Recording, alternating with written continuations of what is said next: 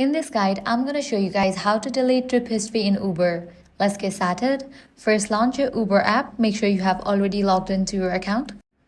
Uber does not allow you to completely delete past trips from your account history. Every ride you have taken stays stored for records. But there are ways to manage or hide your trip details if you don't want them showing up. So click on the option All Trips. Over here, you're going to find your full trip history. While you can't erase trips entirely, you can delete your search history or clear app data by uninstalling and reinstalling Uber. Likewise, you can also log out and log in back. This might also work for you. For that, click on the profile icon given at the bottom right. Navigate to the profile icon again. Then click on the option Sign Out. Wait for a few minutes and then sign in back. Likewise, you can completely delete Uber app from your device and reinstall it. This might also help.